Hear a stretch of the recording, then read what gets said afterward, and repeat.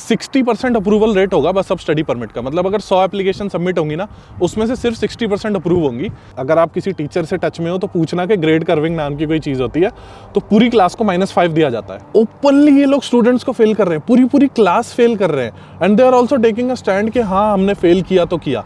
Fight for it, मैं हमेशा always fight for it भाई। $2-2.5 कम नहीं होते। Hello everyone, welcome and welcome back to Piyush Canada. भाई ये मैंने स्क्रीन पे कुछ आर्टिकल्स डाले हैं, इनको पढ़ो और देखो कि कनेडियन यूनिवर्सिटीज कितनी मात्रा में कितने हंड्रेड्स ऑफ इंडियन स्टूडेंट्स को फेल कर रही है, इंटरनेशनल स्टूडेंट्स को फेल कर रही हैं। पहले होता था कि क्लास के कुछ बच्चे फेल होते थे, कुछ बच्चे हमेशा फेल होते हैं, ठीक है, that is very normal. But अभी तो भाई पूरी पूरी क्लास फेल हो रही है, मतलब 90% से ज्यादा लोग फेल हो रहे हैं। And this is not a rare occurrence, बहुत ही कॉमनली हो रहा है। क्यों हो रहा है, क्या है, इसके बारे में पूरी डिस्कशन करेंगे। ये रियल आई ओपनर वीडियो होगी, जिससे अगर आप कनाडा के बारे में प्लान कर रहे हो तो यार आपको बहुत हेल्प हो जाएगी कि यहाँ पे चल क्या रहा है, एक्चुअल ग्राउंड रियलिटी क्या है, वो मैं बता रहा हूँ आपको, ठीक है। देखो ऑनेस्टली पहले तो मेरे को भी ऐसे लगा कि यार ये वो लोग होंगे जो ना $20 देके असाइनमेंट बनवा लेते हैं किसी से सस्ते में, और उसके बाद इनको जब प्लेजरिज्म लग जाता है तो ये प्रोटेस्ट करने लगते हैं।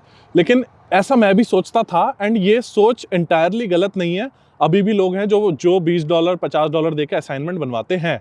बट अभी जो ट्रेंड आ रहा है ना, it's much bigger than that. कुछ बहुत बड़ा ही स्कैम चल रहा है, उसके बारे में बताता हूँ। अगर आप मेरे इंस्टाग्राम पे हो ना, मैंने ना एक डेटा वाली वीडियो बनाई थी जिसमें मैंने 3 की चीज़ें हाईलाइट करी हुई हैं कि कनेडियन इमिग्रेशन ने ना एक नई चीज़ इंट्रोड्यूस करी है। It's called a net zero first year growth model, जिसके अंदर ये बताएंगे कि अब फॉल 2024 से किस तरीके से स्टडी परमिट अप्रूव होने वाले हैं, ठीक है। One of the key things जो उस डेटा में रिफ्लेक्ट हुई है इज दैट 60% अप्रूवल रेट होगा बस अब स्टडी परमिट का। मतलब अगर 100 एप्लीकेशन सबमिट होंगी ना, उसमें से सिर्फ 60% अप्रूव होंगी, which is a good thing. जो यहाँ पे लोग ऑलरेडी हैं उनके लिए तो ये बहुत अच्छी बात है। और उसी डेटा के अंदर दिखाया कि ओंटारियो में अब 62% लेस स्टूडेंट्स आएंगे। मतलब 100 स्टूडेंट आते थे तो उसमें से 62 नहीं आएंगे, सिर्फ 38 ही आएंगे।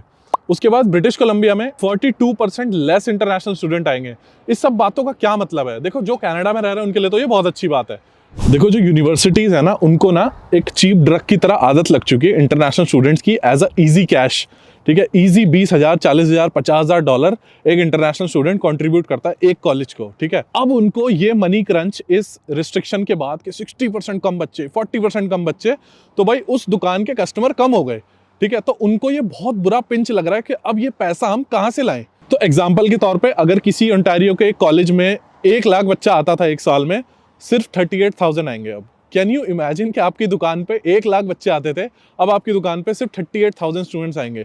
आपका पहला रिएक्शन क्या होगा कि भाई ये जो लॉस्ट रेवेन्यू है इसको हम कहाँ से मेकअप करें। तो अब मैं बताता हूँ कि ये लोग कैसे मेकअप कर रहे हैं। तो अब इस लॉस्ट रेवेन्यू को मेकअप करने के लिए यूनिवर्सिटीज जो बन पड़ेगा ना वो करेगी, beg borrow steal fail. Lost revenue को मेकअप करने के लिए इनको क्या चाहिए? इनको चाहिए रिपीट कस्टमर, ठीक है, कि एक ही कस्टमर हमसे सामान दोबारा ले। सामान क्या है इनके पास? एजुकेशन कोर्सेज बेचने के लिए। तो अब ये चाहते हैं कि एक ही कस्टमर से अगर हम एक ही सामान 2 बार हम उससे परचेज करवा दें तो शायद हमारा कुछ रेवेन्यू बेटर हो जाएगा। ओपनली ये लोग स्टूडेंट्स को फेल कर रहे हैं, पूरी पूरी क्लास फेल कर रहे हैं।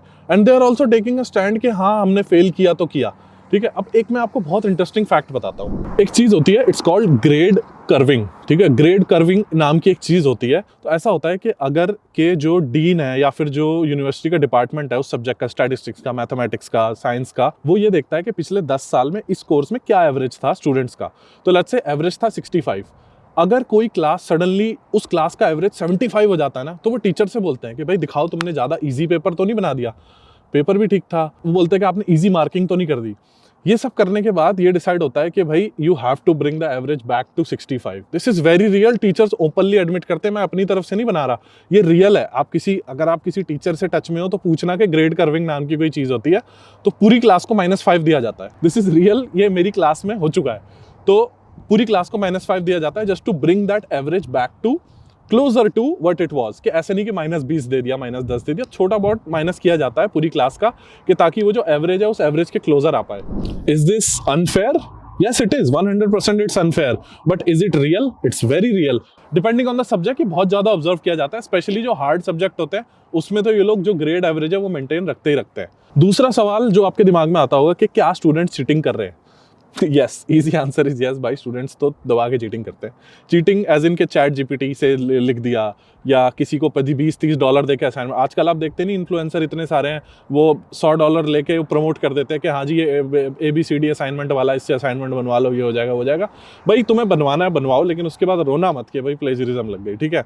दूसरा, अगर तुम $2,000-$2,500 दे रहे हो एक सब्जेक्ट के, तो कुछ सीख ही लो, कुछ करके पढ़ ही लो। अब हर बंदे की सिचुएशन नहीं होती पढ़ने वाली, तो भाई फिर कंप्लेंट मत करना 2 साल बाद कि भाई हमने तो प्रोजेक्ट मैनेजमेंट का, इंटरनेशनल बिजनेस का कोर्स किया था, असाइनमेंट बनवा के $30-40 के, उसके बाद हमें तो इस फील्ड में जॉब ही नहीं मिल रही, हमारा रेज्यूमे पिक ही नहीं हो रहा, because you don't know anything, तुमने कहीं से असाइनमेंट बनवाया। ये तो एक चीज़ हो गई कि चलो एक फेयर परसेंटेज ऑफ स्टूडेंट्स है जो चीटिंग करते हैं, प्लेजरिज्म में पकड़े जाते हैं and they fail. More importantly, अभी तो AI नया आया है, ठीक है। अभी तो AI, अब चैट जीपीटी को रिलीज हुए 2-3 साल ही हुए। कुछ स्टूडेंट्स ने कभी जेन्युइनली इस लेवल पे कंप्यूटर और इंटरनेट नहीं यूज किया होता, उनको लगता है कि they are the first one जिन्होंने ये गूगल पे आंसर डाल के डिस्कवर किया है, और इसको डाल दो, किसी को पता नहीं चलेगा। भाई इतने सोफिस्टिकेटेड सॉफ्टवेयर है, कैसे पता नहीं चलेगा। इंटरनेट से कॉपी पेस्ट, लास्ट ईयर वालों का कॉपी पेस्ट, ये सब तो जो फेल हो रहे हैं वो that is, I think that's justified at to some extent. तीसरा जो मैंने अभी स्टार्टिंग में डिस्कस किया कि क्यों फेल कर रही है इतना ज्यादा यूनिवर्सिटीज और कॉलेजेस इंडियन स्टूडेंट्स को, इंटरनेशनल स्टूडेंट्स को, it's pure greed. It's literally pure greed कि भाई एक रेवेन्यू टारगेट है जो हमें मीट करना है। कैसे होगा मीट अगर हम बच्चों को फेल नहीं कर रहे? तो मतलब मैं आपको एक एग्जांपल देता हूँ, रियल एग्जांपल है कि किसी स्टूडेंट को लास्ट ईयर का जो क्वेश्चन पेपर था, जो प्रोजेक्ट था, वो मिल गया। उसने उसको देखा, उसके बिहाफ पे उससे इंस्पिरेशन लेके बनाया। मैंने खुद 2 प्रोजेक्ट्स देखे and they did not cheat at all. उन्होंने कुछ भी कॉपी नहीं किया, कुछ भी नहीं किया, बस जो मेथड था वो पुराने वाला मेथड उन्होंने यूज़ किया। टीचर गॉट ऑफेंडेड या पता नहीं क्या, इज लाइक ये तो मेथड मैंने सिखाया नहीं है, कि ये method is not close to जो हमने डिस्कस किया था, जो भी है व्हाटएवर, बस उसने फेल कर दिया। Instead of giving a lower grade they chose to fail the student कि भाई this is a different method than what I taught. जहां पे लोअर ग्रेड स्टूडेंट डिजर्व करता था, it's not my place to say कि teacher को क्या करना चाहिए, बट एक लोअर ग्रेड देके भी या एक सेकंड चांस देके भी जो चीजें पहले सेटल हो जाती थी, अब it's failing, they will fail you. Moreover, private colleges का धंधा अब बंद हो गया, क्योंकि आपने देखा होगा कि प्राइवेट कॉलेजेस का धंधा बंद हो गया। वर्क परमिट के लिए बहुत सारे कॉलेजेस हटा दिए, जो जिनसे ग्रेजुएट होकर PGWP नहीं मिलेगा। जो दूसरे कॉलेजेस हैं उनको पता है कि स्टूडेंट्स की मजबूरी है, इनको यहीं रहना है, यहीं से पढ़ना है, तो that is also another factor कि भाई they are failing students upfront without any consequences. अब सबसे नेचुरल सवाल आपके दिमाग में होगा कि पीयूष भाई हम क्या कर सकते हैं, बताओ।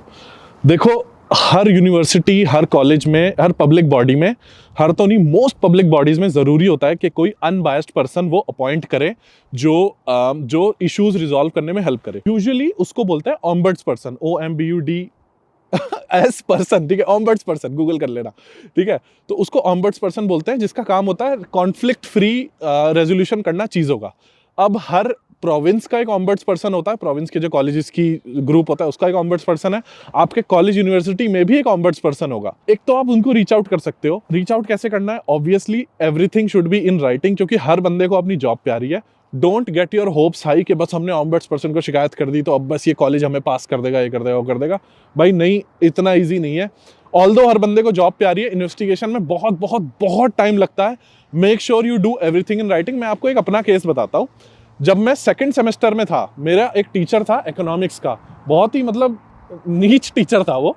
उसने मेरे को एक असाइनमेंट में उसने कमेंट डाला that this is copied from somewhere. तो भाई मैं तो पिस्ड ऑफ, क्योंकि मैंने तो खुद से करा था। मैं तो बिल्कुल I don't believe in कॉपिंग, cheating. मैंने उसको मेल लिखा टीचर को। बेसिकली मैंने लिखा था, मैंने कहा okay, if you feel like I cheated, the onus is on you to prove that I cheated, कि बताओ कहां से कॉपीड है। तुम बोल रहे हो ये कॉपीड है, तो बताओ कहां से कॉपीड है।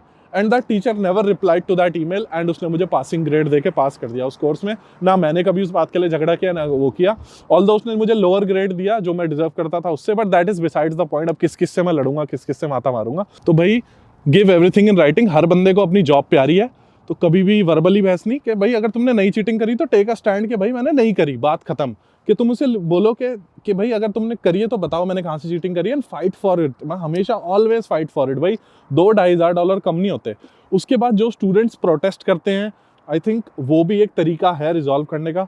अब इट्स गोना गेट पॉलिटिकल, तो मैं उस पर नहीं बोल रहा, लेकिन protest have helped in the past, ठीक है। आपने देखा होगा कि जो पूरी क्लास को फेल किया उसमें से भाई आई थिंक बहुत सारे बच्चों को पास भी कर दिया था। तो आई होप इस वीडियो से आपको थोड़ा सा रियलिटी पता लगी होगी कि क्या हो रहा है एंड आने वाले टाइम में क्या होगा। या तो यूनिवर्सिटीज़ अपने जो ऑपरेशन है उसको स्केल डाउन करें, जो ये एजुकेशन बिजनेस बना हुआ है इसको स्केल डाउन करें, या फिर you choose a different destination than Canada as of now, क्योंकि जो गवर्नमेंट का ट्रेंड है वो यही चल रहा है कि भाई they don't want more students, उनको कम लोग चाहिए। उन्होंने कैप लगाया, स्टूडेंट्स पे कैप लगा रखा है, CRS स्कोर बहुत हाई है, ठीक है।